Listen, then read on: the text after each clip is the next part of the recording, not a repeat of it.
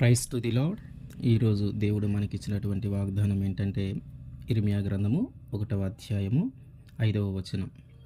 గర్భములో నేను నిన్ను రూపింపక మునిపే నిన్నెరిగి తిని, నీవు గర్భము నుండి బయలుపడక మునిపే నేను నిన్ను ప్రతిష్ఠించి తిని, జనములకు ప్రవక్తగా నిన్ను నియమించి తిని.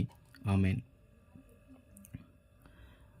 తల్లి గర్భములో మనము రూపింపక ముందే ఆయన మనల్ని ఎరిగి ఉన్నాడు. మన తల్లి గర్భము నుంచి ఈ భూమి మీదకి రావటానికి ముందే ఆయన మనల్ని ప్రతిష్ఠించుకున్నాడు. ప్రతిష్ఠించుకొనుట అంటే ప్రత్యేకపరచుట, ఏర్పాటు చేసుకొనుట. ఆయన మాటలు చెప్పటానికి, ఆయన సువార్తను ప్రకటించటానికి, ఆయన పని చేయటానికి ప్రత్యేకంగా మనల్ని ఏర్పాటు చేసుకున్నాడు. అయితే గర్భములో రూపింపబడకముందే ఆయన మనల్ని ఎరిగి ఉన్నాడు అంటే ఇది సాధ్యమయ్యే పనేనా? అంటే ఇది జరిగిద్దా? మన తల్లి గర్భములో మనం ఇంకా రూపింపబడకముందే ఆయన ఎలా చూడగలుగుతాడు అని ఆలోచన చేస్తే ఇది ఖచ్చితంగా పాసిబులే. ఎందుకంటే గర్భములో రూపింపబడకముందే అంటే అసలు గర్భములో శిశువు ఎలా రూపించబడుతుందో మనకి తెలిస్తే ఇది సాధ్యమవుతుందా అసాధ్యం అవుతుందా అనేది మనకి అర్థమవుతుంది. తల్లి దగ్గర నుంచి ఒక కణము, తండ్రి దగ్గర నుంచి ఒక కణము, ఈ రెండు కణాలు వచ్చి ఒక కణముగా, ఒకే కణముగా ఏర్పాటు అవుతుంది. దీనిని ఫలదీకరణం అంటాం. తల్లి నుంచి ఒక కణము, తండ్రి నుంచి ఒక కణము, ఈ రెండు కణాలు కలిసి ఒక కణముగా ఏర్పడతాయి. దీనిని ఫలదీకరణం అంటాం. అయితే ఈ ఫలదీకరణము జరిగిన తర్వాత ఇదంతా అభివృద్ధి చెంది పెరిగి ఒక పిండంగా ఏర్పడుతుంది. అంటే ఫలదీకరణము జరిగిన దగ్గర నుంచి పిండంగా ఏర్పడడానికి కొంత సమయం ఉంటుంది.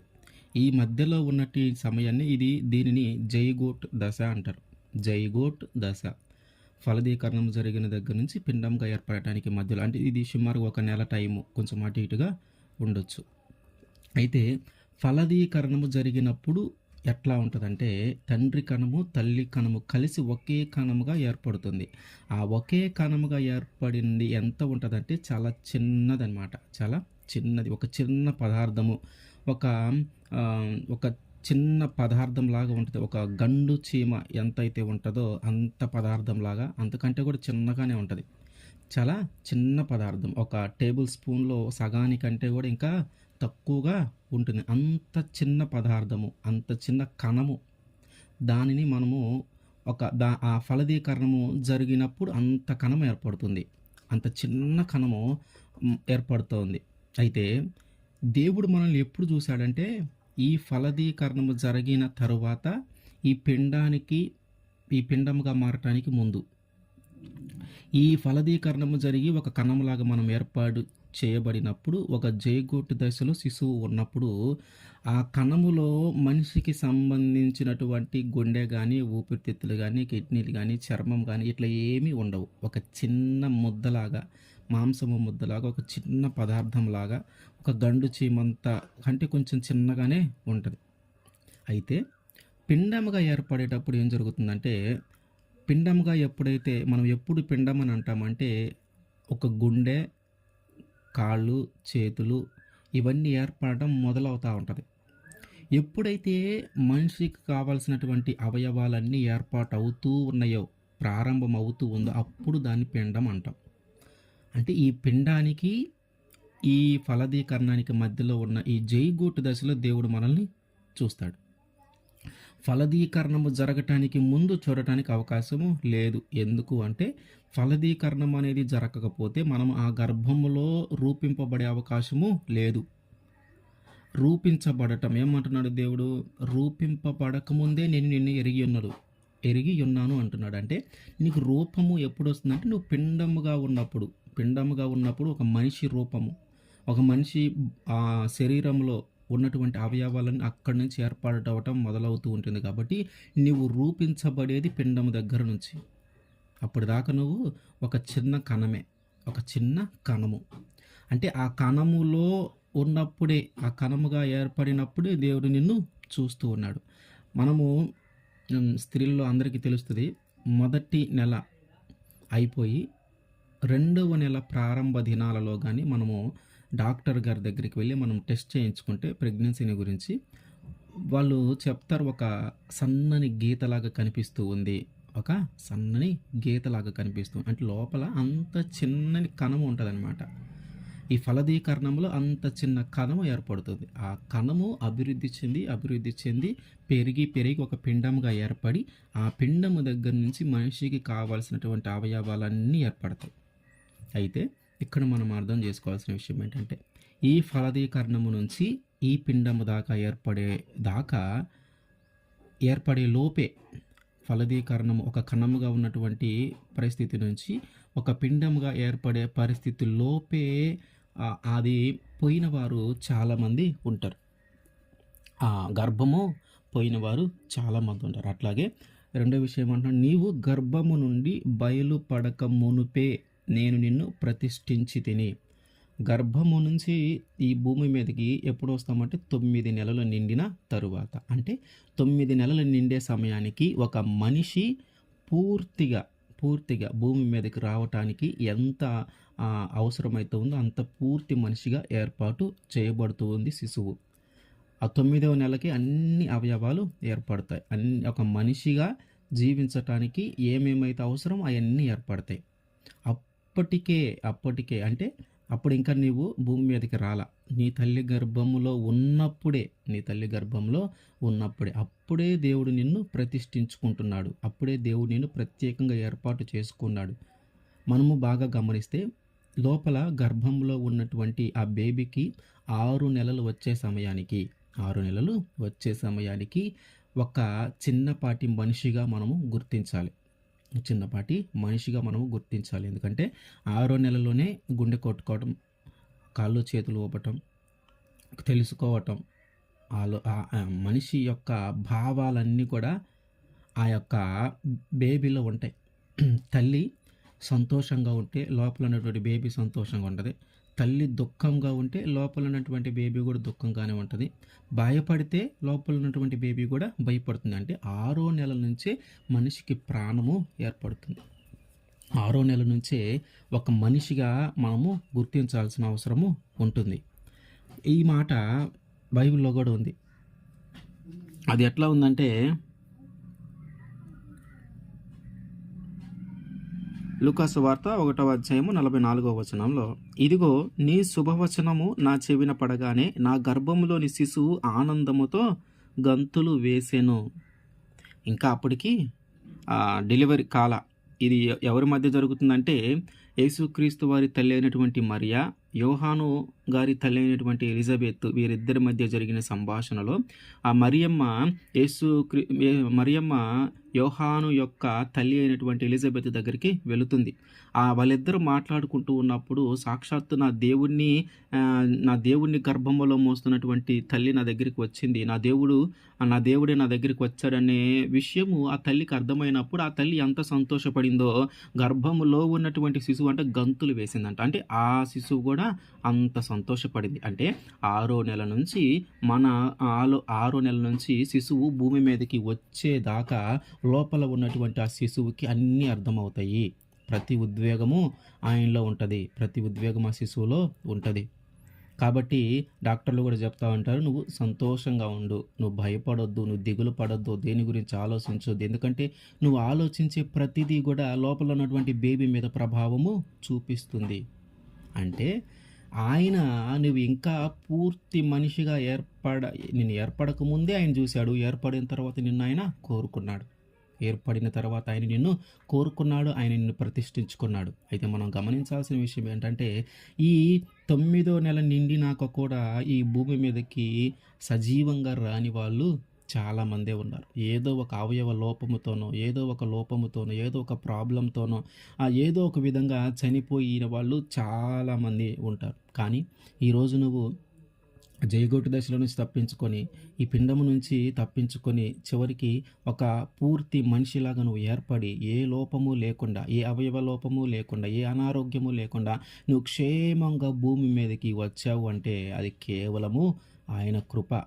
ఆయన కృపేనా? నీ తల్లి వల్ల నువ్వు ఈ భూమి మీదకి క్షేమంగా రాగలిగావా? నీ తండ్రి వల్ల నువ్వు ఈ భూమి మీదకి క్షేమంగా రాగలిగావా? పోనీ డాక్టర్ గారి వల్ల నువ్వేమైనా క్షేమంగా రాగలివంటే అదంతా కాదు గానీ, దేవుని వలనే నువ్వు క్షేమంగా ఈ భూమి మీదకి రాగలిగావు. అయితే చాలామంది అనుకుంటా ఉంటారు, నా తల్లే నాకు ప్రాణం పెట్టింది, నా తండ్రే నాకు ప్రాణం పెట్టాడు, నా తల్లిదండ్రులు నాకు ప్రాణం పోసి నాకు జన్మనిచ్చారు అని అనుకుంటా ఉంటాం. సాధారణంగా అది వాస్తవం కాదు. అది వాస్తవం కాదు. నీ తల్లి వల్ల కానీ నీ తండ్రి వల్ల కానీ నీకు ప్రాణము ఏర్పడలేదు. నీ తల్లి వల్ల కానీ నీ తండ్రి వల్ల కానీ నీకు ప్రాణము ఏర్పడలేదు.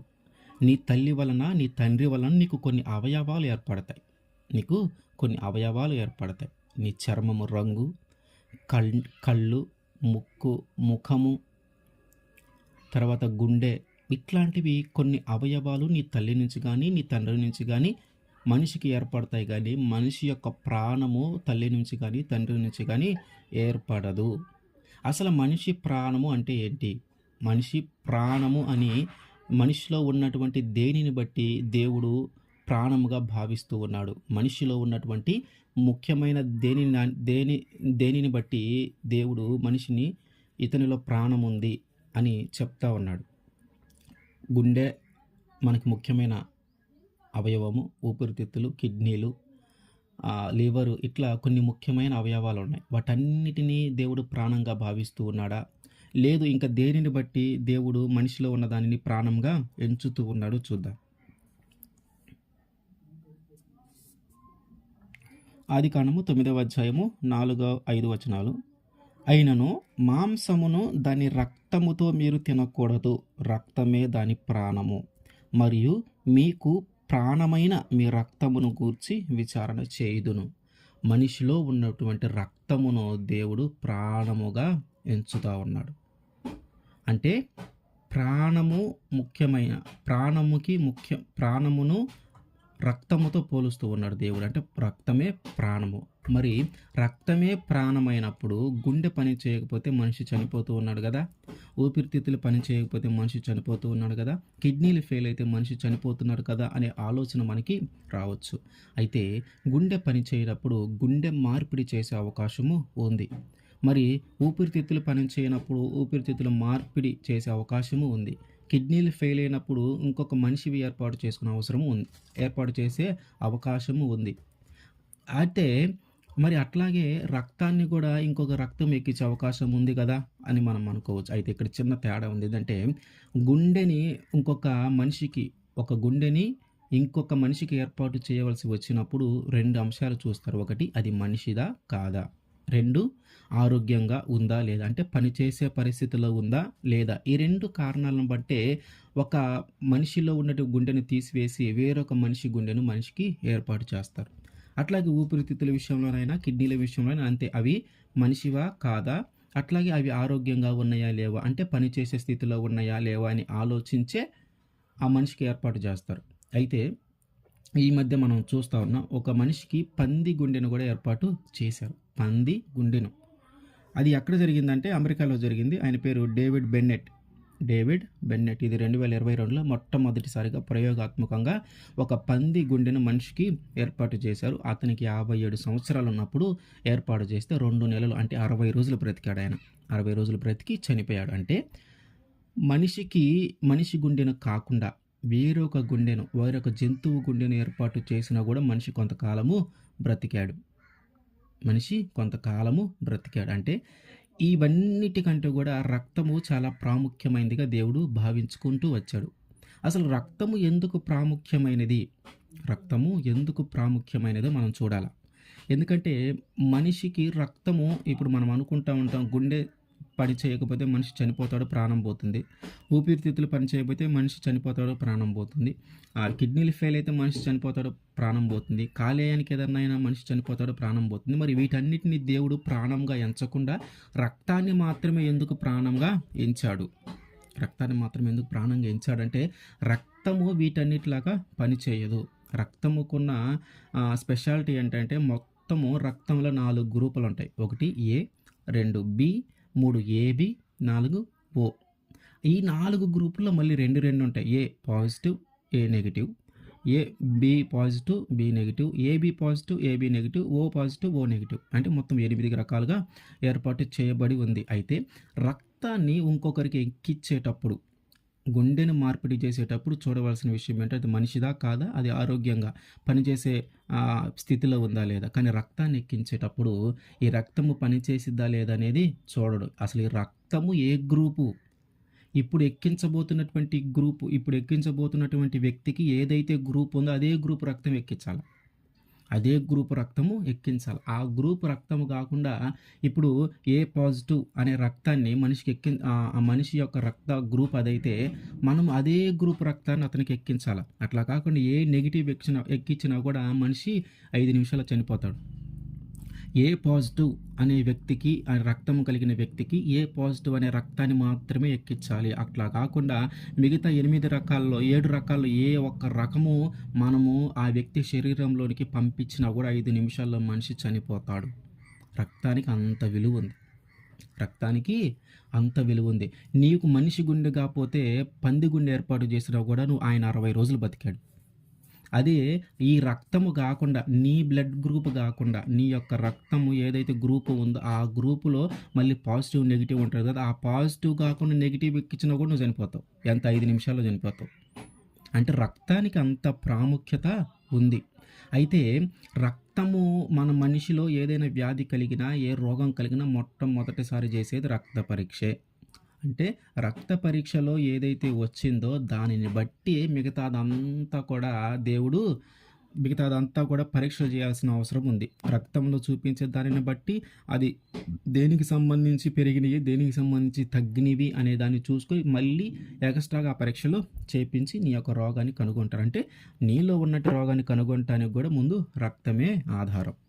అంటే దేవుడు అంత పవిత్రంగా, అంత గొప్పదానిగా రక్తాన్ని ఏర్పాటు చేసి ఉన్నాడు. అయితే ఇక్కడ బాగా గమనించుకోవాల్సింది, బాగా గుర్తుపెట్టుకోవాల్సిన అంశం ఏంటంటే నీ యొక్క ప్రాణం, అంటే ఇప్పుడేంటి రక్తమే కదా ప్రాణము, రక్తమే ప్రాణము. దేవుడు చెప్పిన దానిని బట్టి, దేవుడి కంటే ఇక్కడ ఉన్నటువంటి శాస్త్రవేత్తలు కానీ, ఈ భూమి మీద ఉన్నటువంటి బాగా తెలివిగల సైంటిస్టులు ఎవరు కూడా దేవుడి కంటే గొప్పవారేం కాదు, దేవుడి కంటే జ్ఞానం కలిగిన వ్యక్తులేమీ కాదు. కాబట్టి దేవుడు రక్తాన్ని ప్రాణంగా ఎంచాడు. అంటే నీ యొక్క ప్రాణమును ఇచ్చింది నీ తల్లిదండ్రులు కాదు.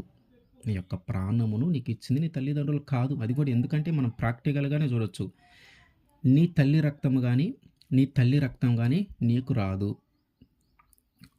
నీ తల్లి రక్తం కానీ, నీ తండ్రి రక్తం కానీ నీకు రాదు.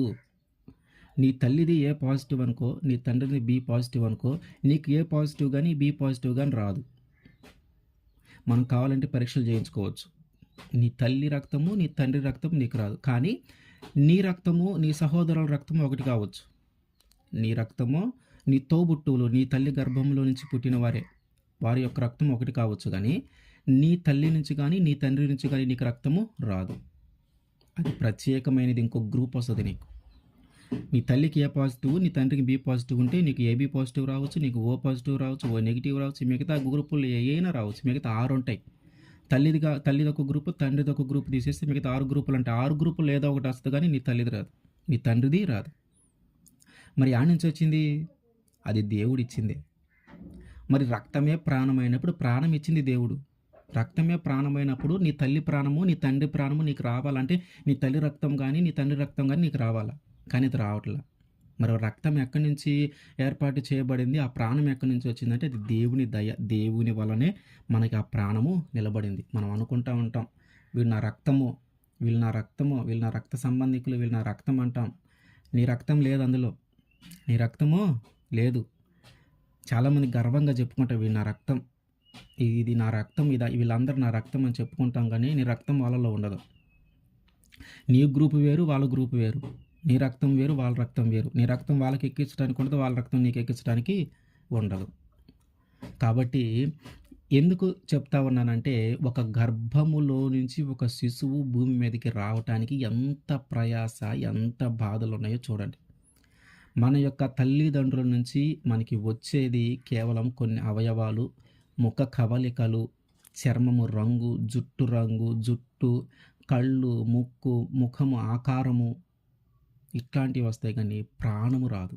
ప్రాణము రాదు. కాబట్టి మనకి ప్రాణము పెట్టింది దేవుడు. మనకి ప్రాణము పెట్టింది దేవుడే. మనకి ప్రాణం పెట్టింది మన తల్లిదండ్రులు కాదు. కానీ మన తల్లిదండ్రుల లక్షణాలతో కూడినటువంటి కొన్ని అవయవాలు, మన తల్లిదండ్రుల లక్షణాలతో కూడినటువంటి కొన్ని ఆ శరీరంలోని మార్పులు మనకి కలుగుతాయి గానీ, ప్రాణము మాత్రం మన తల్లిదండ్రుల దగ్గర నుంచి రాదు. ప్రాణము దేవుడి దగ్గర నుంచే వస్తది.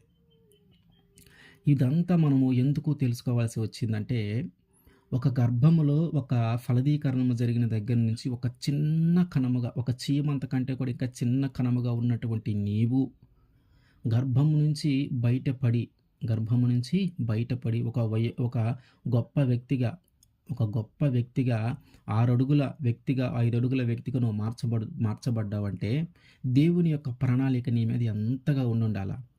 ఆ గర్భములో నుంచి బయటికి రాలేక చనిపోయినటువంటి శిశువులు ఎంతమందున్నారు. చనిపోయినటువంటి శిశువులు ఎంతమందున్నారు. ఆటన్నిటిని జయించి నువ్వు భూమి మీదకొచ్చావంటే కేవలము ఆయన కృప, కేవలము ఆయన ప్రేమ. ఆయనకి నీ మీద ఒక ప్రణాళిక ఉంది. ఇదిగో నేను ఇట్లా మార్చబోతూ ఉన్నాను. నేను నిన్ను ఇట్లా చేయబోతూ ఉన్నానని నీవు గర్భములో ఉన్నప్పుడే ఆయన నిన్ను చూశాడు. నీవు గర్భంలో ఉన్నప్పుడే ఆయన నిన్ను కోరుకొని ఉన్నాడు. ఆ విషయము మనము గ్రహించాల. ఏ విషయము? గర్భములో నుంచి, నా తల్లి గర్భములో నుంచి నేను రూపింపబడినప్పుడు, నేను ఇంకా రూపింపబడక ముందే ఆయన నన్ను చూశాడు.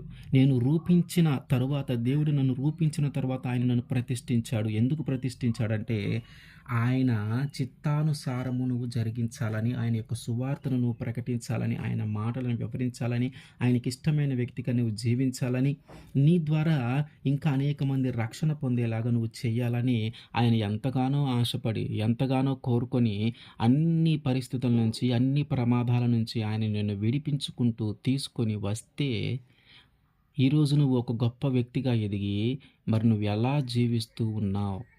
నీవు ఎలా జీవిస్తూ ఉన్నావు? ఇద్దరు వ్యక్తులను మనం చూద్దాం. ఇద్దరు తల్లి గర్భములో ఉన్నప్పుడు దేవుడు ప్రత్యేకపరిచిన వారే. ఇద్దరు తల్లి గర్భములో ఉన్నప్పుడు దేవుడు వారిని ప్రత్యేకపరిచిన వారే. అయితే ఒకరు ఒకలాగా జీవించారు, ఒకరు ఒకలాగా జీవించారు. న్యాయాధిపతుల గ్రంథము 13వ అధ్యాయము 5వ వచనం. నీవు గర్భవతివై కుమారుని కందువు, అతని తల మీద మంగళ కత్తి వేయకూడదు. ఆ బిడ్డ గర్భమున పుట్టినది మొదలుకొని దేవునికి నాజీరు చేయబడిన వాడై ఫిలిష్తీయుల చేతిలో నుండి ఇజ్రాయేలీయులను రక్షింప మొదలుపెట్టునని ఆమెతో అనగా, మనోహ అనే ఆయనకి ఆ యొక్క భార్యాభర్తలు ఇద్దరికి పిల్లలు లేకపోతే వారు ఎంతగానో దేవుడి దగ్గర ప్రాధేయపడుతూ ఉంటే ఒకరోజు దేవుడు వారితో మాట్లాడతాడు. ఇన్ని రోజులు నువ్వు గొడ్రాలుగా పిలిపించబడ్డావు కదా, ఇన్ని రోజులు నీకు పిల్లలు లేనని బాధపడ్డావు కదా, ఇదిగో నీ యొక్క గర్భములో ఒక కుమారుడు జన్మించబోతూ ఉన్నాడు.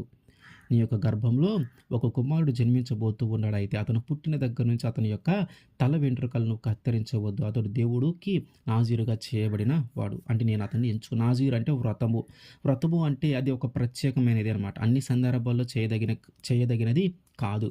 అట్లాగే సంసోను ఎప్పుడైతే జన్మించటానికి ముందు గర్భంలో ఉన్నప్పుడే దేవుడు అతన్ని నాజీరుగా ఎంచుకున్నాడు. ఒక ప్రత్యేకమైన వ్యక్తిగా ఎంచుకున్నాడు.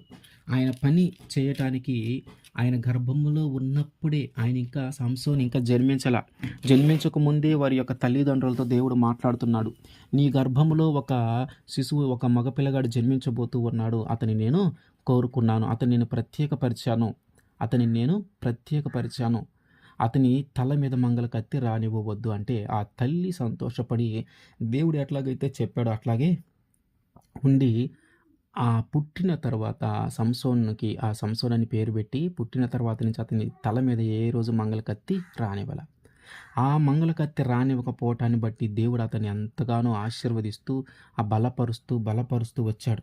ఆయన ఎంత బలంగా ఉండేవాడంటే ఒకసారి కొదమ సింహము ఆయన మీదకి కోపంగా వస్తే ఆయన చేతిలో ఏమీ లేకపోయినా కూడా కొదమ సింహాన్ని రెండుగా చీల్చివేశాడనమాట. అంత బలవంతుడు సంసోను, అంత బలము కలిగిన వ్యక్తి సంసోను. ఆయన వస్తున్నాడంటేనే చాలామందికి భయం పుట్టేదనమాట. ఆయనతో యుద్ధం అంటేనే చాలామందికి భయం వేసేది. దేవుడు అంతగా అతనికి తోడుగా ఉన్నాడు. ఎందుకంటే దేవుడు ఏర్పరచుకున్నాడు గదా! దేవుడు ఆయన గర్భంలో ఉన్నప్పుడే ప్రత్యేకంగా ఏర్పాటు చేసుకున్నాడు కాబట్టి సంసోన్ ఏది పట్టుకున్నా ఎవరి మీదకి వెళ్ళినా వాళ్ళందరిని ఓడించేవాడు దేవుడు. వారందరినీ ఓడించేవాడు దేవుడు. ఒకసారైతే సంసోను యుద్ధం చేయాల్సి వచ్చినప్పుడు ఒక గాడిద యొక్క పచ్చి దవడ ఉంటది కదా! పళ్ళు ఉండేది ఒక దవడ. అది ఇంకా చనిపోయి కొన్ని రోజులయినట్టుంది. పచ్చి దవడే అది. ఆ పచ్చి దవడతో సుమారుగా 1000 మందిని చంపాడు. 1000 మందిని చంపాడు. ఆయన చేతిలో ఒక చిన్న దవడ ఉందంతే. దానితో 1000 మందిని చంపడం అంటే సంసోను ఎంత బలవంతుడో, సంసోనుకి దేవుడు ఎంతగా తోడుగా ఉన్నాడో మనకి అర్థం కావాల. మరి సంసోను ఇట్లా దేవుడిచ్చినటువంటి బలంతో ఎన్నో పరిస్థితులు దాటుకుంటూ ఒక్కొక్కసారి అయితే ఆయన్ని తాళ్ళతో కట్టేస్తే, ఆ తాళ్ళని తెంపుకొని వెళ్ళిపోయాడు. ఒక ఎట్లా ఉంటుండేదంటే రాజు నివసించేటువంటి చుట్టూ ప్రాంతాల ప్రాకారాలకి ఏర్పాటు చేసినటువంటి పెద్ద తలుపులుంటాయి. ఆ తలుపులు వేయటానికి గూడా ఒక ఇద్దరు, ముగ్గురు మనుషులు గావాల. ఆ రెండిటిని ఒక చోటకి తేవటానికి, గడిపెట్టటానికి. ఆ ప్రాకారము మూసివేసేటప్పుడు ఆ తలుపులు 2 దగ్గరికి పెట్టి గడియ పెట్టడానికి ఒక ఇద్దరు, ముగ్గురు మనుషులు గావాల. అట్లాంటి పెద్ద తలుపులను గూడా ఈయన ఒక్కడే వాటిని నెట్టుకొని పగలగొట్టేసి ఆ తలుపులు ఆయన భుజాల మీదేసుకొని ఎళ్ళిపోయాడు. అంత గొప్ప వ్యక్తి దేవుడు ఆయనకి అంతగా తోడుగా ఉన్నాడు. ప్రతి విషయంలో తోడుగా ఉన్నాడు. అయితే అలాంటి సంసోను ఒక స్త్రీ విషయంలో పడిపోయాడు. ఒక స్త్రీ విషయంలో ఈ లోక పాపంలో పడిపోయాడు. ఒక వేశ్య దగ్గరికెళ్ళి పడిపోయాడాయన. దేవుడు మీద ఆనుకునటం మానివేసి ఆ యొక్క వేశ్య ద్వారా తన యొక్క ఆ పవర్‌నంతా పోగొట్టుకోవాల్సిన పరిస్థితి ఏర్పడింది. ఆమె దగ్గరికి వెళ్ళనంత సేపు సంసోను ఏం చేసినా జరిగింది. సంసోను ఎంతమందిని ఏం చంపాలనుకున్నా గూడా చంపగలిగాడు. జయించగలగాలనుకున్నా జయించగలిగాడు. ఏదైనా కొదువు లేకుండా దేవుడు యుద్ధ వీరుడిని మార్చినట్టుగా మార్చుకుంటూ వెళ్ళిపోయాడు దేవుడు. అయితే ఎప్పుడైతే ఈ వేశ్య దగ్గరికి వెళ్ళాడో ఆమె ద్వారా ఈళ్ళేం చేశారంటే ఫిలిష్తీయులందరూ ఈయన పట్టుకోవాలని, ఈయన చంపాలని ఆయనలు ఎదురు చూస్తా ఉన్నారనమాట. ఎప్పుడైతే ఆమె దగ్గరికెళ్ళాడో ఆమెకి అదని, ఇదని ఆ ఫిలిష్తీయులు చెప్పి ఈయన యొక్క బలమేంటి? ఎందులో ఈయన బలము దాగి ఉంది? దేవుడు ఎందులో ఈయన యొక్క బలాన్ని ఉంచాడని వారు ఆలోచించుకుంటూ ఆమె చేత మాట్లాడించుకుంటూ ఉన్నారు. ఆమె చేత తెలుసుకోవాలని ప్రయత్నం చేస్తా ఉన్నారు. 2, 3 సార్లు అడిగింది గానీ చెప్పల. చివరికి ఒకసారి ఇదిగో నా తల్లి గర్భములో ఉన్నప్పుడు దేవుడు నన్ను ప్రత్యేకపరుచుకున్నాడు. నా తల్లి గర్భంలో ఉన్నప్పుడే దేవుడు నన్ను ప్రత్యేకంగా ఏర్పాటు చేసుకున్నాడు. ఇదిగో నా దేవుడు నాకిచ్చినటువంటి వాగ్దానం ఏంటంటే నేను గర్భంలో ఉన్నప్పుడు నా తల్లి గర్భంలో నేను రూపించబడకముందే ఆయన నన్ను ఏర్పాటు చేసుకొని ఉన్నాడు కాబట్టి ఇదిగో నేను పుట్టిన దగ్గర నుంచి నా తల మీదకి ఒక మంగళ కత్తి రాలేదు. అంటే నా తల వెంట్రుకలు కత్తిరించలేదు. నా బలమంతా దేవుడు అందులోనే ఉంచాడు. ఎప్పుడైతే నేను ఈ తల వెంట్రుకలు కత్తిరించుకుంటానో అప్పుడు దేవుడు నాకు దూరమైపోతాడు. అప్పుడు నాలో ఈ బలము ఉండదు అని ఆమెకి చెప్తాడు. ఆ తర్వాత వెంటనే ఫిలిష్తీయులొచ్చి ఆయన్ని పట్టుకొని తల అంతా కత్తిరించేసినప్పుడు ఆ దేవుని యొక్క ఆత్మ, దేవుని యొక్క బలము సంసోను నుంచి వదిలి వెళ్ళిపోయింది. అప్పుడు ఏం చేశారంటే వాళ్ళు ఆ సంసోన్ని పట్టుకొని బంధించి కట్టి ఈ యొక్క చైనులతో పెద్ద పెద్ద వాటితో కట్టివేసి, కాళ్ళు చేతులు కట్టివేసి తన యొక్క కనుగుడ్లను పీకివేసి ఒక అంధునిగా, ఒక గ్రుడ్డివాడిగా ఏర్పాటు చేశారు. ఇంతకుముందు సంసోన్ అంటే భయపడేవాళ్ళు. వామ్మో! సంసోన్ వస్తున్నాడంటే భయం కలిగేది ఎదుటి వ్యక్తులకి. అతను అంత బలవంతుడు. దేవుడి బలము అంతగా ఆయనకుండేదని భయపడేవాళ్ళు. కానీ ఈరోజు సంసోన్ ఎవరు తంతున్నారో తెలియట్లేదు. ఎవరు తిడుతున్నారో తెలియలేదు. అందరి ముందు అపహాస్యం చేయబడతా నిలబడ్డాడు. ఎందుకంటే కేవలము పాపమును బట్టి. కేవలము వ్యభిచారమును బట్టి, కేవలము ఒక మోహము, ఒక కామము లాంటి ఒక పాపమును బట్టి గుడ్డివాడుగా ఏర్పాటు చేయబడి అందరూ తిడతా ఉన్నారు. ఎవరు తిడుతున్నారో తెలియలా, ఎవరు చూసి నవ్వుతున్నారో తెలియట్లా, ఎవరు తంతున్నారో కూడా తెలియని పరిస్థితుల్లోకి సంసోను వెళ్ళిపోయాడు. కారణం ఏంటంటే పాపమే. ఆయన గర్భంలో దేవుడు ప్రత్యేకంగా ఏర్పరచుకున్న వ్యక్తే. దేవుడు ముందుగానే చెప్పాడు, ఇతను నా కోసము పని చేయబోతున్నటువంటి వ్యక్తి, ఇతను నేను ప్రత్యేకంగా ఏర్పాటు చేసుకున్నాను అని సంసోను యొక్క తల్లికి, తండ్రికి చెప్పాడు. వాళ్ళు పెంచారు, పోషించారు. దేవుడు కూడా అతను పాపము చేయనంత కాలం తోడుగానే ఉన్నాడు. కానీ ఎప్పుడైతే ఆ పాపములో పడిపోయాడో, ఎప్పుడైతే ఆ స్త్రీ దగ్గరికి వెళ్ళిపోయాడో, అతనిలో ఉన్న బలమంతా ఆ స్త్రీ పోగొట్టింది. లాలన మాటలతో, మోసకరమైన మాటలతో, తియ్యని మాటలతో తనలో ఉన్న బలము యొక్క రహస్యమేంటో తెలుసుకొని అతన్ని ఫిలిష్తీయులకు అప్పజెప్పింది. దేవుడేం చెప్పాడు? ఫిలిష్తీయులందరినీ ఎదిరించటానికి, వారి మీద జయము ఉంచటానికి నేను అతన్ని ఏర్పాటు చేసుకున్నాను. అంటే అదే ఫిలిష్తీయుల దగ్గర కాళ్ళు, చేతులు కట్టివేయబడి, కనుగుడ్డులు పిరికివేయబడి ఒక గుడ్డివాడిగా పడి ఉన్నాడు. ఎంత గొప్ప స్థితిలో దేవుడు జన్మనిచ్చాడు. ఎంత హీనమైన స్థితిలోకి సంసోన్ వెళ్ళిపోయాడు. పుట్టకముందు దేవుడు ఎంత గొప్పగా ఆయన గురించి అనుకున్నాడు. పుట్టి పెద్దవాడై వయసు వచ్చిన తర్వాత ఒక పాపాన్ని జయించలేక, ఒక పాపంలో నుంచి బయటికి రాలేక ఎంత హీనమైన స్థితిలోకి వెళ్ళిపోయాడు చూడండి. సంసోన్ అంటే భయం కలిగేది. ఎదుటివారికి వాడు సంసోన్ వస్తున్నాడంటే గుండెలు జడిసాయన్నమాట. అంత బలవంతుడు. కానీ ఈరోజు కనుగుడ్లన్నీ పీకివేసి కాళ్ళతో, ఆ కాళ్ళు చేతులు చైనులతో కట్టేసి కూర్చోబెట్టారు. ఏమీ తెలియట్లా. అప్పుడు గుర్తొచ్చింది దేవుడు. మళ్ళీ దేవుడు అప్పుడు గుర్తొచ్చాడు. అందరూ ఎగతాళి చేస్తూ ఉన్నారు. ఒక మందిరంలోనూ ఒక దాంట్లో ఉంటే ఒక సుమారుగా 3000 మంది అందులో ఉన్నారు. సంసోన్ని తిడుతున్నా, కొడుతున్నా, సంసోన్ని చూసి అందరూ నవ్వుతా ఉన్నారు. అందరూ అపహాస్యం చేస్తూ ఉన్నారు. వినపడుతున్నాయి, అన్నీ వినపడుతున్నాయి. ఏం చేయగలుగుతావు?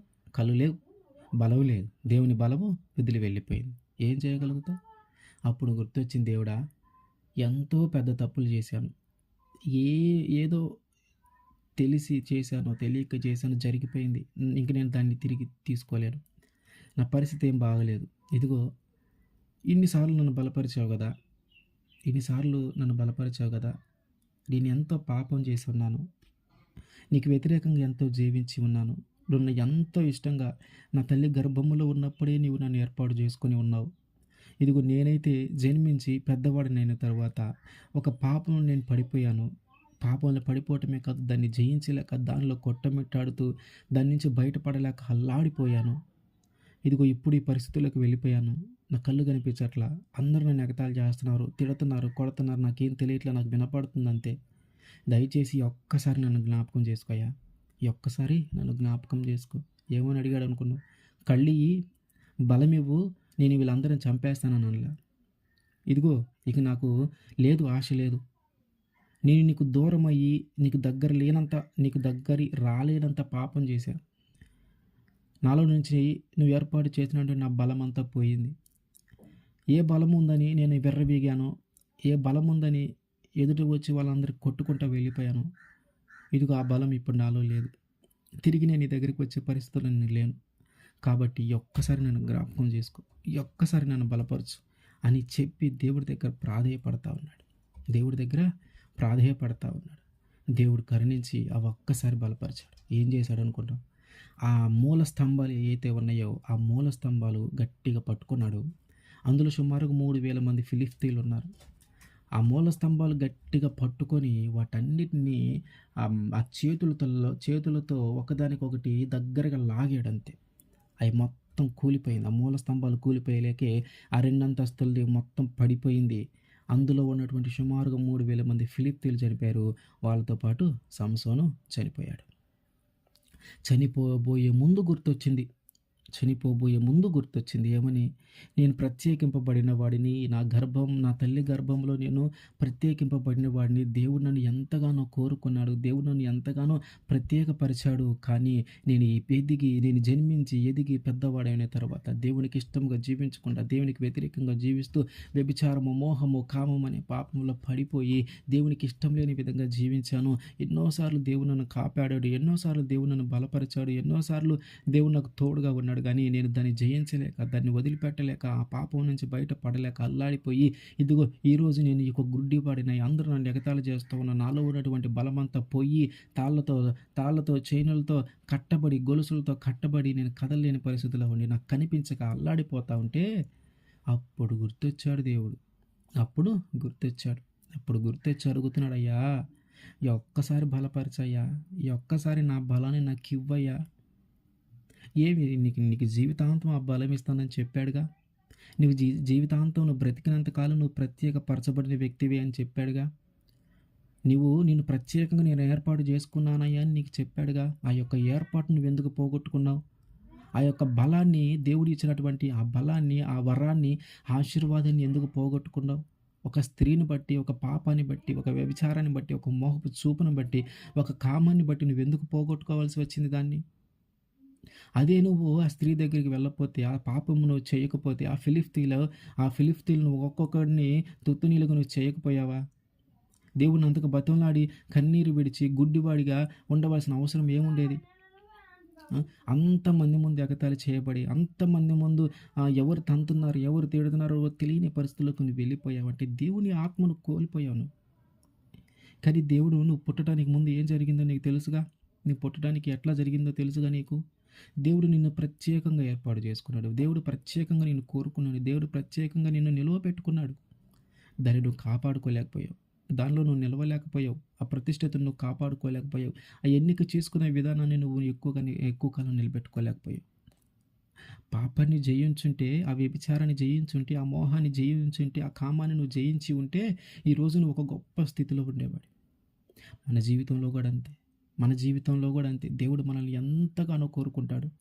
ఈరోజు ఆ ఫలదీకరణం జరిగిన దగ్గర నుంచి జేయగోడు దశ నుంచి నువ్వు మారిపోయి పిండంగా ఏర్పడి 9 మాసాలు జరిగి నీకు ప్రతి అవయవము ఏర్పడి ఏ అవయవం లోపము లేకుండా ఏ అనారోగ్యము లేకుండా నువ్వు ఆరోగ్యవంతుడిగా ఆయుష్మంతుడిగా ఈ భూమి మీదకు నువ్వు తిరిగి వచ్చావంటే అది ఎవరి కృప? ఎవరి కృప అది? నీ తల్లిని బట్టి నువ్వు క్షేమంగా వచ్చావా? నీ తండ్రిని బట్టి నువ్వు క్షేమంగా జన్మించావా? నీ యొక్క డాక్టర్‌ని బట్టి నువ్వు క్షేమంగా జన్మించావా? ఆరోగ్యంగా జన్మించావా? కేవలం ఆయన కృప. ఆయన కృప నీకంటూ నీ మీద ఒక ప్రత్యేకమైన ప్రణాళిక ఉంది ఆయనకి. నీ మీద ఒక ప్రత్యేకమైన ప్రణాళిక ఉంది. నీవు నీ తల్లి గర్భంలో రూపింపబడి ఒక కణముగా ఏర్పడినప్పుడే ఆయన నిన్ను చూశాడు. నీ తల్లి గర్భములో నుంచి నువ్వు బయటికి రాకముందే ఆయన నిన్ను ప్రతిష్ఠించుకున్నాడు. ఒక ప్రవక్తగా ఆయన నిన్ను నియమించాడు. నువ్వేం చేస్తా ఉన్నావు? దాన్ని కాపాడుకుంటున్నావా? అయ్యో! దేవుడు నన్ను ఏర్పాటు చేసుకున్న వ్యక్తి. నా తల్లి గర్భంలో ఉన్నప్పుడే నన్ను ఏర్పాటు చేసుకున్నాను. నేను ఈ పాపము చేయలేను. నేను ఈ దోషము చేయలేను. నీ పాపంలో పాల్గొనలేను. నాలో ఉన్నటువంటి ఆశీర్వాదం పోతుంది. నాలో ఉన్నటువంటి ఈ యొక్క బలమంతా పోతుంది. నేను ఈ తప్పు చేయలేను. నేను ఈ బానిసను కాలేను ఈ తప్పుకని నువ్వు అనుకోగలుగుతా ఉన్నావా? మన ఇష్టానుసారంగా మనం జీవిస్తూ ఉన్నాం. మన ఇష్టానుసారంగా మనం పాపం చేస్తూ ఉన్నాం. జయించలేకపోతా ఉన్నాం పాపాన్ని. జయించలేకపోతా ఉన్నాం పాపాన్ని. ఈ లోకంలో ఉన్న ఆశలన్నిటిని చూడాలని, ఈ లోకంలో ఉన్న ఆశలన్నిటిని అనుభవించాలని, ఈ లోకాన్ని మొత్తాన్ని చూడాలని తహతహలాడుతా ఉన్నాం. ఏమి లేదు లోకంలో అంతా పాపమే, అంతా పాపం. ఎటువైపైనా ఎల్లు, అది నిన్ను చివరికి పాపం వైపు నడిపించే పరిస్థితులే కానీ మంచి మార్గంలో నడిపించే పరిస్థితులు లోకంలో లేవు. మనల్ని కూడా సంసోన్ని ఎలా అయితే కోరుకున్నాడో దేవుడు మనల్ని కూడా అంతే కోరుకున్నాడు. దేవుడు మనల్ని కూడా అంతే మన తల్లి గర్భములో నుంచి ఏ అవయవ లోపము లేకుండా, ఏ అనారోగ్యము లేకుండా మనం క్షేమంగా భూమి మీదకి వచ్చామంటే అది కేవలము ఆయన కృపే. ఆయనకి నీ మీద ఒక ప్రత్యేకమైన ప్రణాళిక ఉంది. ఆయనకి నీ మీద ఒక ప్రత్యేకమైన ఒక ఎన్నిక ఉంది. ఆయన నిన్ను ప్రత్యేకంగా ఎన్నుకున్నాడు. ఆయన నిన్ను ప్రత్యేకంగా ఏర్పాటు చేసుకున్నాడు. ఆయన నిన్ను ప్రతిష్ఠించాడు. ఆయన పని చేస్తావని, ఆయన కోసం నిలబడతావని, ఆయన సువార్తను ప్రకటిస్తావని. కానీ ఈరోజు మనం ఏ పాపంలో చిక్కుపడి దాని నుంచి బయట రాలేకపోతా ఉన్నాం. ఏ పాపంలో చిక్కుపడి దాని నుంచి మనము బయటికి రాలేకపోతా ఉన్నాం.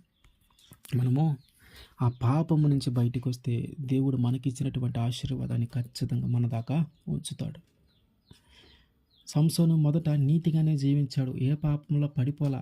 తర్వాత పాపంలో పడిపోయాడు. పాపంలో పడిపోయి దాని నుంచి బయటికి రాలేక చివరికి ఎంత హీనమైన పరిస్థితిలోకి వెళ్ళిపోయాడో చూడండి. అప్పుడు గుర్తొచ్చాడు దేవుడు. అప్పుడు మనకు కూడా అంతే. మనము బాగా ఆరోగ్యంగా ఉన్నంతకాలం మనకి దేవుడి విలువ తెలియదు. మనము బాగా ధనాన్ని సంపాదించి ఒక మంచి ఇల్లు లేదా ఒక మంచి స్థలము లేదా ఒక పొలము, బంగారం ఇట్లాంటివన్నీ కొన్నంతకాలం మనకి దేవుడి విలువ తెలియదు. ఎప్పుడైతే ఆయన మనకి దూరం అవుతాడో, ఎప్పుడైతే ఆయన ఆశీర్వాదం మనకు దూరం అవుతుందో, ఎప్పుడైతే నువ్వు యొక్క ఆరోగ్యము మొత్తము పాడవుతుందో అప్పుడు గుర్తొస్తాడు దేవుడు. ఎప్పుడైతే పొలాలు స్థలాలని అమ్ముకోవాల్సిన పరిస్థితి ఏర్పడిందో, సంపాదించినంత పోగొట్టుకోవాల్సిన పరిస్థితి ఏర్పడిందో అప్పుడు గుర్తొస్తాడు దేవుడు. అప్పుడు దాకా ఉన్నటువంటి ఆ నమ్మకము, అప్పుడు దాకా ఉన్నటువంటి ఆ ధైర్యము ఉండదు. అప్పుడు ఆధారపడతాను దేవుడి మీద. దేవా నన్ను క్షమించు. అప్పుడు మాట్లాడతాం. అప్పుడు దాకా మనకు తెలీదు దేవుడే ఇన్ని రోజులు మనల్ని ఆరోగ్యంగా ఉంచాడని. అప్పుడు దాకా మనకు తెలీదు దేవుడే మనము సంపాదించుకోవడానికి ఒక అవకాశం ఏర్పాటు చేశాడని. అప్పుడు దాకా మనకి తెలీదు ఒక పొలము కొనాలన్నా, ఒక ఇల్లు కొనాలన్నా దేవుడే మనకి ఇంత స్థితి, మంచి స్థితిలో ఇచ్చాడని. వాటన్నిటిని బట్టి నువ్వు ఆనందిస్తూ ఉన్నావు. వాటన్నిటిని బట్టి నువ్వు సంతోషిస్తున్నావు గానీ, ఇవన్నీ దేవుడే నాకిచ్చాడనే విషయాన్ని బట్టి మాత్రం నీవు సంతోషించట్ల. అసలు ఆ విషయాన్ని నువ్వు గుర్తించట్లా. అందుకని దేవుడు అప్పుడప్పుడు ఇట్లాంటివి చేస్తూ ఉంటాడు. ఆయన కూడా ఉన్నాడు, నేను కూడా ఉన్నాను, ఇవన్నీ చేసింది నేనే అని ఆయన కొన్ని సార్లు మన జీవితంలో అట్లా జ్ఞాపకం చేస్తూ ఉంటాడు. అప్పుడు వస్తాం మనం దేవుడి దగ్గరికి. అయ్యో ఇంక నేను చనిపోతానేమో, ఈ వ్యాధి వల్ల ఇంక నాకు నయం కాదేమో, ఈ వ్యాధి వల్ల నేను మరణం కాబోతా ఉన్నానేమో, ఇంత సంపాదించుకున్నాను, మంచి ఇల్లు కట్టుకున్నాను, మంచి స్థలం, మంచి పొలం ఉంది, ఇంత బంగారం ఉంది, ఇదంతా ఏం కావాలా, ఇదంతా ఎవరి కోసం అని అప్పుడు గుర్తొస్తాడు దేవుడు. అయ్యా నన్ను క్షమించు, అయ్యా నన్ను క్షమించు, ఈ ఒక్కసారి నన్ను బలపరచు, ఈ ఒక్కసారి నన్ను ఈ వ్యాధుల నుంచి బయటికి తీసుకురా, ఈ ఒక్కసారి నన్ను బ్రతికించయ్యా. ఇదిగో పిల్లలు ఉన్నారు, ఇదిగో వాళ్ళని ఏం సెటిల్ చేయలేదు, ఇదిగో వాళ్ళ పరిస్థితి ఎట్లా ఉంది, నా భార్య పరిస్థితి ఎట్లా ఉంది, నేనే ఈ కుటుంబానికి ఆధారము, ఈ ఒక్కసారి క్షమించయ్యా, ఈ ఒక్కసారి బలపరచయ్యా, ఈ ఒక్కసారి బ్రతికించయ్యా అని సంసోను అడిగినట్టుగా మనం కూడా అడుగుతూ ఉంటాం. అదేదో ముందు నుంచే కాపాడుకుంటూ ఉంటే ఎంత బాగుండును, ముందు నుంచే జాగ్రత్త పడితే ఎంత బాగుండును. అయినా సరే సంసోన్ని తిరిగి బలపరిచాడా దేవుడు? ఖచ్చితంగా బలపరిచాడు. ఇదిగో ఇప్పుడు దాకా నువ్వు పాపంలో ఉన్నా సరే, ఇప్పుడు దాకా నువ్వు ఎంత మోసం చేసిన వ్యక్తివైనా సరే, ఇప్పుడు దాకా నువ్వు ఎంత వ్యభిచారం చేసిన వ్యక్తివైనా సరే, ఇదిగో దేవుడు నిన్ను క్షమించగలిగిన దేవుడు. తిరిగి ఆయన దగ్గరికి వస్తే ఆయన ఖచ్చితంగా నిన్ను క్షమిస్తాడు. తిరిగి ఆయన దగ్గరకు వచ్చేది ఖచ్చితంగా నేను క్షమిస్తాడు. ఎందుకంటే దేవుడు నిన్ను నీ తల్లి గర్భంలో ఉన్నప్పుడే ప్రత్యేకంగా రూపించుకున్నాడు, ప్రత్యేకంగా ఏర్పాటు చేసుకున్నాడు. కాబట్టి నువ్వు ఏ తప్పులు చేసినా తిరిగి నిన్ను దేవుడి దగ్గరికి వస్తే ఆయన దాన్ని బట్టి సంతోషిస్తాడు. దాన్ని బట్టి ఆయన సంతోషించి నీ పాపాన్నంతా పోగొట్టి పవిత్రంగా, పరిశుద్ధంగా నిన్ను మారుస్తాడు. ఆయన యొక్క సేవకుడిగా మనల్ని ఉంచుతాడు. మనం బాగా గమనిస్తే లోకంలో ఎవరైతే ఎక్కువగా పాపము చేసి ఉంటారో, లోకంలో ఎవరైతే ఎక్కువగా పాపం చేసి ఉంటారో అలాంటి వ్యక్తిని పట్టుకుంటాడు దేవుడు. అలాంటి వ్యక్తిని పట్టుకుంటాడు. వారి ద్వారా జరిగించే కార్యాలు ఉంటాయి. ఎంత ఆశ్చర్యమైన కార్యాలు చేస్తాడంటే అంత ఆశ్చర్యమైన కార్యాలు చేస్తాడు. వాడు మొదట పాపము చేసి ఆ పాపము నుంచి బయటపడలేక చనిపోవాల్సిన పరిస్థితి ఏర్పడి ఆ టైంలో దేవుడు వారితో మాట్లాడి వారిని బలపరిచిన తర్వాత వాళ్ళు అభివృద్ధి చెందుతారు. మనం చూస్తే ఇప్పుడున్నటువంటి దైవజనుల్లో కూడా చాలామంది మొదటిగా పాపము చేసి దాని నుంచి బయటపడి దేవుణ్ణి తెలుసుకొని సేవ చేస్తున్న వాళ్ళు ఉన్నారు చాలామంది. అట్లాంటి వ్యక్తే పౌలు. సౌలు పౌలుగా మార్చబడ్డాడు. ఆయన జీవితం కూడా దేవుడు మాట్లాడుతున్నాడు. గలతీయులకు రాసిన పత్రిక 1వ అధ్యాయము 15వ వచనం. అయినను తల్లి గర్భమునందు పడినది మొదలుకొని నన్ను ప్రత్యేకపరిచి తన కృపచేతను నన్ను పిలిచిన దేవుడు నేను అన్యజనులలో తన కుమారుని ప్రకటింపవలెనని ఆయనను నా యందు బయలుపరచననుగ్రహించినప్పుడు మనుష్య మాత్రులతో నేను సంప్రదింపలేదు. ఏంటట సౌలు గారిని కూడా దేవుడు తన తల్లి గర్భంలో ఉన్నప్పుడే ఆయన ప్రత్యేకపరుచుకున్నాడంట పౌలు గారిని. ఆయన కృపచేత తన యొక్క కుమారుని గురించి ప్రకటించాలని ఆయన పౌలు గారిని ఏర్పాటు చేసుకున్నాడు. పౌలు గారు సౌలుగా ఉన్నప్పుడు ఆయన చేసిన పనులు అన్నీ ఇన్ని కాదు. దేవుడి సువార్త ప్రకటిస్తున్నారంటే అక్కడికి వెళ్ళి గందరగోళం చేసి గలిబిలి సృష్టించి ఆ సువార్త ప్రకటింపకుండా చేసేవాడు. ఎక్కడైనా ఒకరు నలుగురు కూడి దేవుని నామాన ప్రార్థన చేస్తూ ఉన్నారంటే అక్కడికి వెళ్ళి వాళ్ళందరినీ కొట్టేవాడు, అవసరమైతే వాళ్ళందరినీ చంపేసేవాడు, భయభ్రాంతులకు గురి చేసేవాడు. సౌలు అనే వ్యక్తి వస్తూ ఉన్నాడంటే ఆ మధ్యలో ప్రార్థన చేయటానికి కూడా భయపడేవారు. ఆ మధ్యలో కూడుకొని దేవుని గురించి మాట్లాడుకోవటానికి కూడా భయపడేవాళ్ళు. అంత ఘోరంగా చేశాడు. అయితే ఒకరోజు ఇదిగో దమస్కుకి వెళ్ళే మార్గంలో నేను వెళ్తూ ఉన్నాను. అక్కడ ఎవరైనా ప్రార్థన చేసేవాళ్ళు కనపడినా యేసుక్రీస్తు నామమును ఉపయోగించి ఏదైనా సువార్తను ప్రకటిస్తూ ఉన్నా వాళ్ళందరిని చంపటానికి పురుషులైనా సరే, స్త్రీలైనా సరే నాకు అధికారం ఇవ్వని ఆ ప్రధాన యాజకుడి దగ్గరికెళ్ళి ఒక పత్రికలు రాయించుకొని తిరిగి వస్తా ఉంటాడు చంపటానికి. ఎవరిని? దేవుని నామమును ఎవరైతే సువార్తను ప్రకటిస్తారో, దేవుని నామమును ఎవరైతే ప్రార్థన చేస్తారో, యేసుక్రీస్తు నామమును ఎవరైతే ఇవన్నీ జరిగిస్తూ ఉంటారో వాళ్ళందరినీ చంపటానికి స్త్రీలైనా, పురుషులైనా సరే వాళ్ళన్నిటిని చంపడానికి ఒక అధికారాన్ని చేతబట్టుకొని ప్రయాణం చేస్తా ఉంటే దమస్కు దగ్గరికి రాగానే ఒక్కసారిగా పడిపోతాడు. ఒక వెలుగు ఆయన మీదకొస్తది. ఒక వెలుగు ఆయన మీదకొచ్చి మాట్లాడుతూ ఉంటది. సౌలా, సౌలా నువ్వెందుకు నన్ను ఇంతగా బాధ పెడతా ఉన్నావు అని అంటే ఆయన అంటాడు, నువ్వు ఎవరయ్యా అంటే నేను నువ్వు హింసిస్తూ ఉన్నటువంటి యేసును. అంటే పౌలు గారితో సాక్షాత్తు యేసుక్రీస్తు వారే మాట్లాడాడు. ఇక నుంచి నువ్వు ఈ పని చేయవద్దు, ఇక నుంచి నా సేవకుడిగా నువ్వు ఉండు, నీ ద్వారా ఏం చేయాలో నేను చేస్తాను అంట. నీ ద్వారా ఏమి చేయాలో నేను చేస్తాను అంటాడు. సౌలుగా ఉన్నప్పుడు ఎలా జీవించాడంటే ఈ లోక ఆచారాన్ని బట్టి ఈ లోకంలో ఉన్నటువంటి ఏవైతే వదంతులు ఉన్నాయో, ఏవైతే ఆచారాలు ఉన్నాయో, ఏవైతే నియమాలు ఉన్నాయో వాటన్నిటిని పాటించుకుంటూ ఈ క్రైస్తవ్యమును వ్యతిరేకించేవాడు. ప్రార్థన అనే మాట వినపడిందంటే బాగా కోపం ఎక్కిపోయిందనమాట ఆయనకి. అంత కోపము, అంత ద్వేషం ఆయనకి కలిగేది ప్రార్థన అంటే. యేసుక్రీస్తు వారి నామమున అంటేనే ఆయన కోపం వచ్చేది. అలాంటిది ఇప్పుడు ఏం చేశాడు దేవుడు? యేసుక్రీస్తు వారి నామమునే ప్రకటించమంటున్నాడు. యేసుక్రీస్తు వారి నామమునే ప్రకటించమంటున్నాడు. ఆయన సౌలు పౌలుగా మార్చబడిన తర్వాత వెనుదిరిగింది లేదు. సౌలు పౌలుగా మార్చబడిన తర్వాత వెనుదిరిగింది లేదు. ఆయన్ని సువార్త ప్రకటించడానికి వెళ్ళినప్పుడు ఈయన మొన్నటిదాకా ఎవరైతే ప్రార్థన చేస్తూ ఉన్నారో వాళ్ళందరినీ తిట్టాడు, కొట్టాడు, చంపాడు. యేసుక్రీస్తు నామమున ఎవరైతే సువార్తను ప్రకటిస్తూ ఉన్నారో అక్కడికి వచ్చి అల్లరి లేపి గలిబిలి చేసి భయభ్రాంతులకు గురి చేసిన వ్యక్తి కదా. ఇతనొచ్చి మళ్ళీ అతనే దేవుడు, ఆయనే నిజమైన దేవుడు, యేసుక్రీస్తు వారే నిజమైన దేవుడు అని చెప్తా ఉన్నాడు. ఏంటి ఇదంతా నిజమా అబద్ధమా అని ప్రజలందరూ ఆశ్చర్యపోయే పరిస్థితిలో ఉన్నారు. ఆయన్ని నమ్మల, ఎవరు నమ్మరు ఆ టైంలో. ఆయన నమ్మల, అయినా సరే ఆయన వెనక్కి రాల.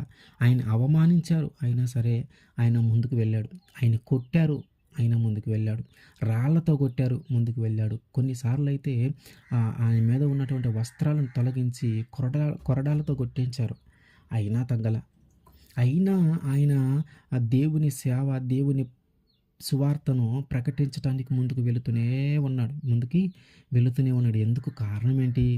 కారణం ఏంటంటే తల్లి గర్భములో ఉన్నప్పుడే ఆయన యేసుక్రీస్తు వారు పౌలు గారిని కోరుకున్నాడు. తన తల్లి గర్భములు రూపించినప్పుడే ఆయన ఎరిగి ఉన్నాడు. తన తల్లి గర్భం నుంచి బయటకు రాకముందే ఆయన్ని ప్రతిష్ఠించాడు, ఒక ప్రవక్తగా ఆయన్ని నియమించాడు. ఎన్ని అవాంతరాలు కలిగినా, ఎన్ని ఇబ్బందులు కలిగినా ఆయన మాత్రము ఆ సేవను వదిలిపెట్టల. అపోస్తలులుగా ఎంచబడిన వారందరూ ఆయన యొక్క రూపాన్ని సరిగా వారు చూసి ఉండరు. కానీ ఎవరైతే దేవుని శిష్యులుగా ఎంచబడిన 12 మంది ఉన్నారో వారందరూ పౌలు గారిని చూసి ఉండకపోవచ్చు. కానీ ఎవరైనా ఒక్కరిద్దరు చూసి ఉండొచ్చు. కానీ మిగతా వాళ్ళు ఎవరు కూడా ఆయన్ని చూడాల. అయితే ఎప్పుడైతే దేవుని సేవ చేయమని, దేవుని సువార్తను ప్రకటించమని పౌలుకి చెప్పాడో ఆయన వెంటనే ఈ 12 మంది శిష్యుల దగ్గరికి పరిగెత్తల. ఇదిగో దేవుడు నాతో ఇట్లా మాట్లాడాడు, ఇదిగో నన్ను కూడా సేవ చేయమన్నాడు, ఇదిగో మీరు 12 మంది కదా, ఇక నేను కూడా మీతో పాటు వస్తానని చెప్పలా. ఏ మనుషుల దగ్గరికి ఆయన వెళ్ళాల, ఏ మనుష్య మాతృల దగ్గరికి ఆయన వెళ్ళాల. దేవుడు ఏదైతే తలంచాడో, దేవుడు ఏదైతే ఆయనకి చెప్పాడో, ఇదిగో మరి ఇన్ని రోజులు నేను తిట్టాను కదా, ఇన్ని రోజులు నేను వాళ్ళని భయభ్రాంతులకు గురి చేసి నేనంటే భయపడేలాగా చేశాను కదా, కొంతమందిని అయితే చంపాను కూడా, మరి ఏంటి నేను ఇప్పుడు వెళ్ళి ఎలా ఈ సువార్తను ప్రకటించాలి అనే ఆలోచన కూడా చేయాల. వచ్చాడు, సువార్తను ప్రకటించుకుంటూ వెళ్ళిపోతా ఉన్నాడు. నమ్మితే నమ్మండి, లేకపోతే లేదు. నేనైతే చెబుతున్నాను, ఆయనే నిజమైన దేవుడు. మరి ఈయనేమో ఇంత గట్టిగా, దృఢంగా, బలంగా, నమ్మకంగా చెబుతుంటే వాళ్ళందరేమో నిన్నటిదాకా నువ్వు చేసింది ఏంది, ఇప్పుడు నువ్వు చెప్పేది ఏంది, నిన్నటిదాకా నువ్వే కదా ఆయన్ని వ్యతిరేకించింది, ఇవాళ నువ్వే వచ్చి ఆయన దేవుడు అంటున్నావు ఏంది అని వీళ్ళు ఆశ్చర్యపోతూ ఉన్నారు. అట్లా జరుగుతూ ఉంది, చెబుతూ ఉన్నాడు, చెప్తా ఉన్నాడు. చివరికి ఆయన చెప్పే మాటలు అందరూ నమ్మటం మొదలుపెట్టారు. ఆయన చెప్పే మాటలు అందరూ నమ్మటం మొదలుపెట్టారు. కొన్నిసార్లయితే ఈయన మాటల ద్వారా ఆ గ్రామము, ఆ ఊరు మార్చబడతా ఉంది. ఇదంతా చూసి మిగతా వాళ్ళందరూ కుళ్ళుకుంటా ఉన్నారు. శాస్త్రులు, పరిసయ్యులు అందరూ కుళ్ళుకుంటా ఉన్నారు. అబ్బా! ఈ పౌలెందుకు దాపురిచ్చాడురా బాబు! ఇన్ని రోజులు ఈయన మన వైపు ఉన్నాడు గదా! ఇప్పుడు ఈయన ఆయన వైపు వెళ్ళిపోయాడు. అసలు ఈయనే లేకపోతే ఇంక ఇట్లాంటి వాడు మళ్ళీ రాడు. ఇంతమందిని మారుస్తూ ఉన్నాడు. ఇంతమంది దేవుని వైపు నడిపిస్తూ ఉన్నాడని వారు కోప్పడి వారు ఏం చేశారంటే ఆయన మాట్లాడుతున్న ప్రతి చోటికి వెళ్ళి ఏదో ఒకటి చేయాలి. అది జరగకుండా ఏం చేశాడు నిన్నటిదాకా పౌలయితే ఏం చేశాడు, ఇప్పుడు వాళ్ళది చేస్తున్నారనమాట. పౌలు ఏదైతే చేయాలని, వాళ్ళని భయపెట్టాలని, అయి జరగకుండా చేయాలని చేస్తా ఉన్నారో, ఆ సువార్తను ప్రకటించేవారు ఎవరైతే ఉన్నారో వాళ్ళని చంపాలని అనుకుంటా ఉన్నాడో, వాళ్ళన్ ఆ పరిస్థితులన్నిటి నుంచి ఇప్పుడు వీళ్ళు అట్లా మారతా ఉన్నారు. వీళ్ళు పరిసయ్యులు, శాస్త్రులు అట్లా మారుతున్నారు. పౌలు అనే వ్యక్తి లేకపోతే బాగుండు అనే ఉద్దేశంలోనికి వాళ్ళొచ్చి ఉన్నారంటే, ఆ పౌలు గారు ఎంతగా దేవుని సువార్తలో ప్రబలుతున్నాడో మనం గమనించాలి. ఈ పరిసయ్యులు, శాస్త్రులు ఆయన్ని చంపాలని ఆలోచన చేశారంటే, ఆయన యొక్క సువార్త ఎంత బలంగా, ఎంత నమ్మకంగా, ఎంత దృఢంగా జరుగుతూ ఉందో మనకి తెలియాలి. మనం అర్థం చేసుకోవాలి. మనము ఇద్దరిని చూసాం. ఒకటి సంసోను, ఒకటి పౌలు. సంసోనుని దేవుడు ఆయన యొక్క తల్లి గర్భములో ఉన్నప్పుడే కోరుకున్నాడు. పౌలు గారిని దేవుడు ఆమె తల్లి ఆయన యొక్క తల్లి గర్భములో ఉన్నప్పుడే కోరుకున్నాడు. సంసోనేమో మొదట మంచిగా ఉండి తర్వాత పాపంలో పడిపోయి ఆ పాపమును జయించలేక మరణాన్ని పొందాడు, ఘోరమైన మరణాన్ని. చనిపోయే ముందు మళ్ళీ దేవుడు గుర్తొచ్చాడు. అప్పుడు మళ్ళీ దేవుడు బలపరిచాడు. ఈ పౌలు గారైతే మొదట పాపంలో ఉన్నాడు. తర్వాత తన తప్పును తాను తెలుసుకొని దేవుడు మాట్లాడిన తర్వాత దేవుడి వైపు నిలబడ్డాడు. చనిపోయే వరకు నిలబడ్డాడు. అందుకని పౌలు గారు ఇంత గొప్ప ప్రవక్త కాగలిగాడు. అందుకని పౌలు గారు ఇంత గొప్ప వ్యక్తి కాగలిగాడు. దేవుని సువార్త, దేవుని మాటలు వివరించి చెప్తా ఉంటే కొన్ని చోట్లయితే ఆత్మాభిషేకము, పరిశుద్ధాత్మ పొందుకొని ఆ గ్రామము, ఆ ఊరు మొత్తం మారిన పరిస్థితులు మనం బైబిల్లో చూస్తూ ఉన్నాం. అంత గొప్ప సేవ చేశాడు. అయితే మరి దేవుడు మనల్ని కూడా వారిద్దరిలాగే మనల్ని కూడా కోరుకున్నాడు దేవుడు. ప్రతి వ్యక్తిని దేవుడు కోరుకున్నాడు. ప్రతి వ్యక్తి ఎడల దేవుడికి ప్రత్యేకమైన ప్రణాళిక ఉంది. అందరిలాంటి వాడివే నీవు కావు. అందరూ వేరు, నీవు వేరు. మనం చూసుకుంటే మన రూపంలో కూడా అంతే. మన యొక్క రూపంలో కూడా అంతే. మనలాంటి మనిషి ఇంకొకరు లేరు. అంటూ ఉంటారు మనలాంటి వాళ్ళు 7 ఉంటారని, కానీ మనలాంటి వాళ్ళు 7 కాదు. మనం ఒక్కలమే ఉన్నాం. మనము ఒక్కలమే. మనకు దగ్గర పోలికగా ఎవరైనా ఉంటే ఉండొచ్చు. మన పోలికల లాంటి పోలికలే, మన ముఖము లాంటి ముఖమే ఉండొచ్చు, కానీ మనలాంటి వ్యక్తి మాత్రం మనం ఒక్కలమే. మనము చాలా ప్రత్యేకత కలిగిన వ్యక్తులము. మనలాంటి మనిషి ఈ భూమి మీద ఇంకొకరు ఎవరు లేరు. మనలాంటి మనిషి ఈ భూమి మీద ఇంకొకరు ఎవరు లేరంటే మనం ఎంత ప్రత్యేకమైన వ్యక్తిమి, ఎంత ప్రత్యేకత కలిగిన వ్యక్తిమి, ఎంత ఎన్నిక కలిగిన వ్యక్తిమి. దేవుడు ఎంతో ఇష్టపడి మనల్ని ఇట్లా తయారు చేసుకొని ఉండాలి. ఎంత పెద్ద బొమ్మలు చేసే ఫ్యాక్టరీల్లో కూడా ఒకే బొమ్మని కొన్నిసార్లు 2-3 సార్లు తయారు చేసే పరిస్థితి ఏర్పడుతూ ఉంటుంది. కానీ దేవుడు ఇంత ప్రపంచంలో, ఈ భూమి మీద ఇంతమంది మనుషులలో మనలాంటి మనిషే ఉండడు. ఎవరికి వారు ప్రత్యేకమే. ఏ మనిషికి ఆ మనిషి ప్రత్యేకమే. మనలాంటి మనిషి ఇంకొకరు ఉండరు. అంత గొప్పగా మనల్ని దేవుడు చేశాడు. మన మీద దేవుడికి అంత ప్రణాళిక ఉంది. మన తల్లి గర్భములో మనం ఉన్నప్పుడే ఆయన మనల్ని ఎరిగి ఉన్నాడు. మన తల్లి గర్భములో మనం రూపించబడినప్పుడే ఆయన మనల్ని ప్రతిష్ఠించుకున్నాడు. ప్రత్యేకంగా ఏర్పాటు చేసుకున్నాడు. ఆయన పని చేయటానికి, ఆయన యొక్క క్రియలు మనము చేయటానికి, ఆయన యొక్క సువార్తను మనం ప్రకటించటానికి ఆయన ఎంతగానో ఇష్టపడి, ఎంతగానో కోరుకొని మనల్ని ప్రత్యేకంగా ఏర్పాటు చేసుకుంటే మనము మాత్రము ఏం చేస్తూ ఉన్నాం? ఈ లోక ఆశల్లో పడిపోతూ ఉన్నాం. ఈ లోక కోరికల్లో పడిపోతున్నాం. పాపంలో పడిపోయి దాని నుంచి బయటికి రాక అల్లాడిపోతూ ఉన్నాం. దాని నుంచి బయటపడలేక, బయటపడటం చేతకాక అల్లాడిపోతూ ఉన్నాం. ఈ లోక ఆశలు, ఈ లోక మాలిన్యము మనం అంటుకుంటూ ఉంటుంది, కానీ దాన్ని జయించలేకపోతూ ఉన్నాం. కానీ దేవుడు ఎందుకు మనకి జన్మనిచ్చాడు? దేవుడు ఎందుకు మనల్ని పుట్టించాడని కానీ మనం ఆలోచిస్తే, మన తల్లి గర్భములోనే ఆయన మనల్ని ఏర్పాటు చేసుకున్నాడు. మన తల్లి గర్భంలో ఉన్నప్పుడే ఆయన మనల్ని ప్రత్యేకపరుచుకున్నాడు. కానీ జన్మించిన తర్వాత పెరిగి పెద్దవాడవుతూ ఉన్నప్పుడు నువ్వు ఏ మార్గంలో నడుస్తూ ఉన్నావు? ఆయన చిత్తానుసారంగా నడుస్తూ ఉన్నావా? ఆయనకి ఇష్టంగా జీవిస్తూ ఉన్నావా? ఆయన ఆజ్ఞలు పాటిస్తూ ఉన్నావా? నీతిగా యథార్థవంతంగా జీవిస్తూ ఉన్నావా? మోసము, దగ, కుట్ర, కృతంతాలు, అబద్ధము, వ్యభిచారము, మోహము, కామము ఇవేమీ లేకుండా పవిత్రంగా జీవించగలుగుతా ఉన్నావా? పవిత్రంగా జీవించగలుగుతా ఉన్నావా? ఇదిగో దేవుని సువార్తను ప్రకటించగలుగుతున్నావా? దేవుని మాటలు వివరించి చెప్పగలుగుతా ఉన్నావా? ఒక్కరికైనా నీ ద్వారా సువార్త అందబడుతుందా? ఒక్క ఆత్మైనా నీ ద్వారా రక్షింపబడుతుందా? దేవుడు ఈ భూమి మీదకి నిన్ను రప్పించాడంటే నీ ద్వారా దేవుడు మహిమ పరచబడాలని, నీ ద్వారా కొన్ని ఆత్మలు దేవుని వైపు నడిపించబడాలని, నీ ద్వారా సువార్త రగిలింపబడాలని, నీ ద్వారా సువార్త ఒక యజ్ఞంలాగా ఆహ్, ఒక గొప్ప శక్తిలాగా ఏర్పాటు చేయాలని, ఒక గొప్ప సమూహాన్ని నువ్వు దేవుడి వైపు నడిపించాలని, దేవుడికి నీ మీద ఇంత ప్లానింగ్‌లు, ఇంతింత దేవుడు నీ మీద ఏర్పాట్లు చేసుకొని ఉంటే, వాటన్నిటిని వైపు నడవకుండా సినిమాలు కానీ, షికారులు కానీ, వాటికని, వీటికని ఇట్లా బీభత్సంగా ఈ లోకంలో ఉన్నటువంటి పాపంలో నువ్వు పడిపోతా ఉంటే, దేవుడు చూస్తా ఊరుకుంటాడా? దేవుడు చూస్తా ఊరుకుంటాడా? ఎందుకు ఊరుకోవాలి చూస్తా చెప్పు? నువ్వు జన్మించావు ఏ లోపము లేకుండా, ఏ అవయవ లోపం లేకుండా, ఏ అనారోగ్యం లేకుండా నువ్వు జన్మించావంటే ఎంత కృప, ఎంత ప్రణాళిక, ఎంత ఏర్పాటు దేవుడికి నీ మీద ఉండుంది. అది మనం అర్థం చేసుకోవాలి. అంత ఏర్పాటుతో దేవుడు నన్ను ఏర్పరచుకున్నాడేమో, దేవుడు నన్ను ఒక గొప్ప వ్యక్తిగా మార్చాలని ఆశపడుతూ ఉన్నాడేమో, దేవుడు నన్ను గొప్ప ఎన్నికగా చేయాలని ఆశపడుతూ ఉన్నాడేమో.